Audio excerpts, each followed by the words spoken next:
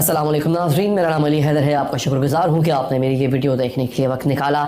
इस वक्त ट्विटर पर, फेसबुक पर, सोशल मीडिया हर जगह एक खातून है करीमा बलोच, उनकी मौत के हवाले से ट्रेंड चल रहा है। जो लोग नहीं जानते उनको मैं सरसरी से बता देता हूँ कि ये ट्रेंड चल क्यों रहा है और इसके पीछे भारत का कितना बड़ा हाथ है। भारत एक बहुत बड़ी गेम प्लान कर चुका है, इतनी बड़ी गेम प्लान कर चुका है कि पाकिस्तान को वो चाहता है कि चारों तरफ से घेर के नुकसान पहुंचाए। अल्हम्दुलिल्लाह हमारी पाकिस्तानी इस्टेब्लिशमेंट, हमारी पाकिस्तानी फ़ौज, हमारी एजेंसीज़ अलर्ट हैं, वो चीज़ों को जानती हैं, समझती हैं और उन्होंने पहले से इसका तदारुक कर रखा है।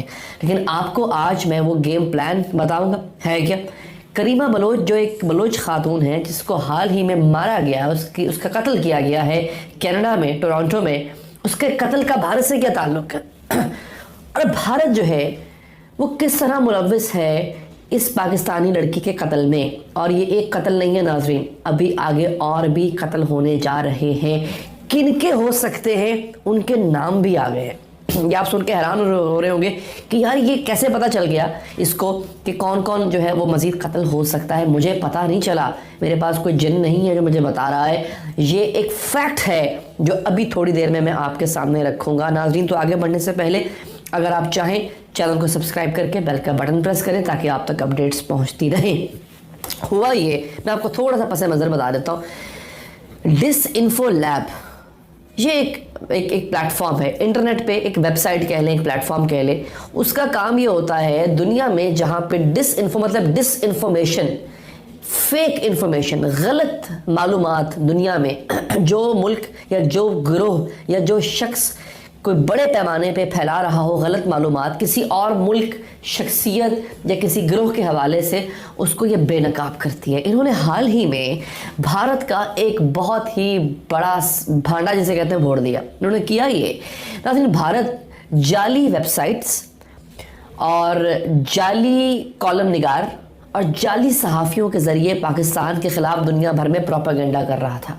डिसइंफो लैब ने क्रैक ये किया, उन्होंने हल ये किया मामला कि जनाब ये जो कुछ पाकिस्तान के ख़िलाफ़ लिखा जाता है, मसलन किस तरह से कि जनाब लिखा जाता है, एक वेबसाइट बना ली, जैसे कोई वॉशिंगटन पोस्ट है तो उससे मिलता जुलता नाम रख के ना एक अखबार बनाया फ़र्ज़ी, उसकी वेबसाइट बनाई, उस पर किसी भी गोरे यूरोप के पार्लियामेंटेरियन, कोई भी गोरा जो है ना उसका नाम शाम रख के उसके नाम पे एक पूरे का पूरा जो है वो आर्टिकल छाप दिया पाकिस्तान के ख़िलाफ़ और कहा ये जनाब कि ये एक यूके की या यूरोप के किसी मुल्क की पार्लियामेंट का मेंबर है, उसने पाकिस्तान के ख़िलाफ़ लिखा, या यूएन का मेंबर है उसने पाकिस्तान के ख़िलाफ़ लिखा।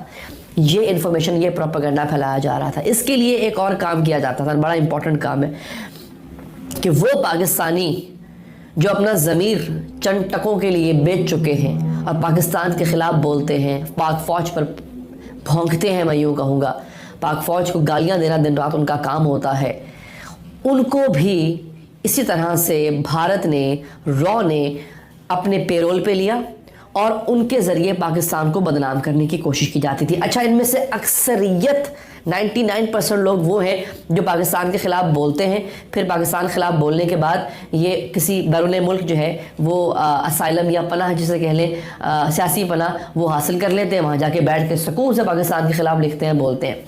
इन्हीं में एक लड़की शामिल थी, उसका नाम है करीमा बलोच, जिसके हाल ही में जिसके कत्ल की बात हो रही है।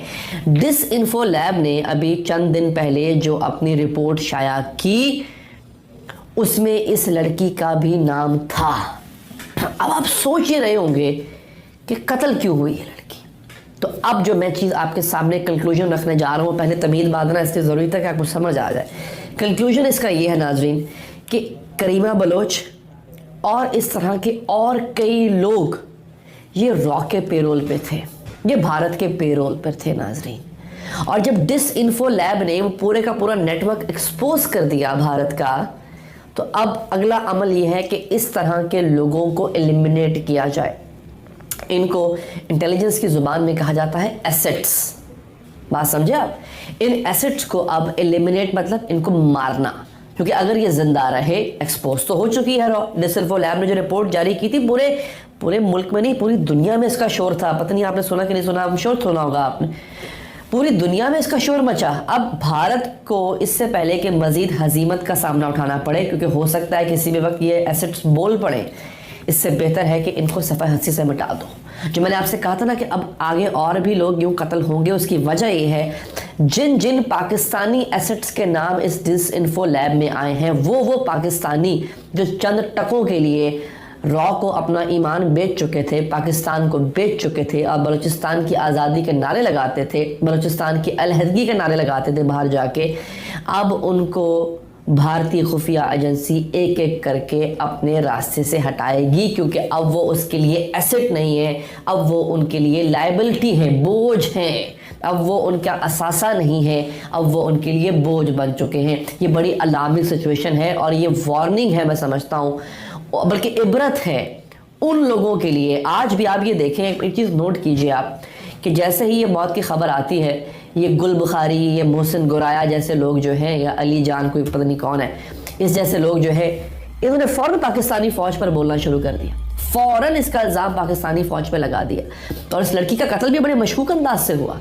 लड़की का कत्ल होता है, लड़की कत्ल नहीं होती, लड़की भले गायब होती है, गुमशुदा, लेकिन जनाब माँ बाप ढूंढ रहे हैं, पुलिस ढूंढ रहे हैं, माँ बाप ने FIR दर्ज करवा दी, कनाडा की बात कर रहा हूँ। अचानक से माँ बाप कहते हैं जी उसकी घर से लाश मिली है, बरामद हुई है जी, मरी हुई। भाई आपने तो कहा था वो गायब है, वो घर पे है ही नहीं, अब आप कह रहे हो वो जी मर गई। ये क्या है? और एक चीज़ और नोट कीजिए कि देखिए, आप हमेशा नोट ये करते हैं कि जब कोई ऐसा वाक़या हो जाए तो इस पर सबसे ज़्यादा शोर कौन डालेगा। इसका मतलब जो शोर सबसे ज़्यादा डाल रहा है उसका कोई ना कोई अमल दखल तो है। इस पर सबसे ज़्यादा शोर भारतीय मीडिया डाल रहा है। सबसे पाकिस्तानी मरी है ना यार, आपको इससे क्या प्रॉब्लम है? हम जाने, हमारा काम जाने।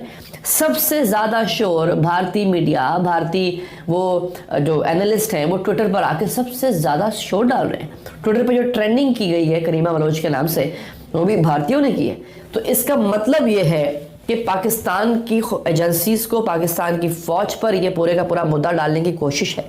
हालांकि ये भारत की अपनी कारस्तानी है और ये बात कोई ढकी छुपी नहीं है। ये जो असैसिन्स होते हैं, जो किराए के कातिल होते हैं, ये ऐसा काम करते हैं। ऐसा माजी में कई दफ़ा प्यूटन के हवाले से, सदर प्यूटन जो है रशिया के सदर, उनके हवाले से ये बात मशहूर है कि वो अपने मुखालिफिन को, अभी एक वाक़या पिछले साल हुआ था जिसमें बरतानिया में एक वहाँ के ऑपोजिशन, रशिया के ऑपोजिशन लीडर ने बरतानिया में पनाह ली हुई थी, अचानक उसकी मौत हो गई। पता चला कि एक जहरीला वायरस जो है उसके घर में छोड़ा गया, जिससे वजह से उसकी मौत हुई, और वो उसके पीछे प्यूटन का नाम लिया जाता है। तो ऐसे किराए के कातिल मौजूद है, जैसे फिल्मों में देखते हैं ना, बड़े छुप छुपा के वो अपना काम कर जाते। ऐसे लोग मौजूद हैं जिनको एजेंसीज ने हायर किया होता है। तो ये भी उन्हीं का शख्साना है, मगर इसको भी इस्तेमाल किया जा रहा है बैरून मुल्क और अंदरून मुल्क भी पाकिस्तान के ख़िलाफ़ इस्तेमाल करने के लिए।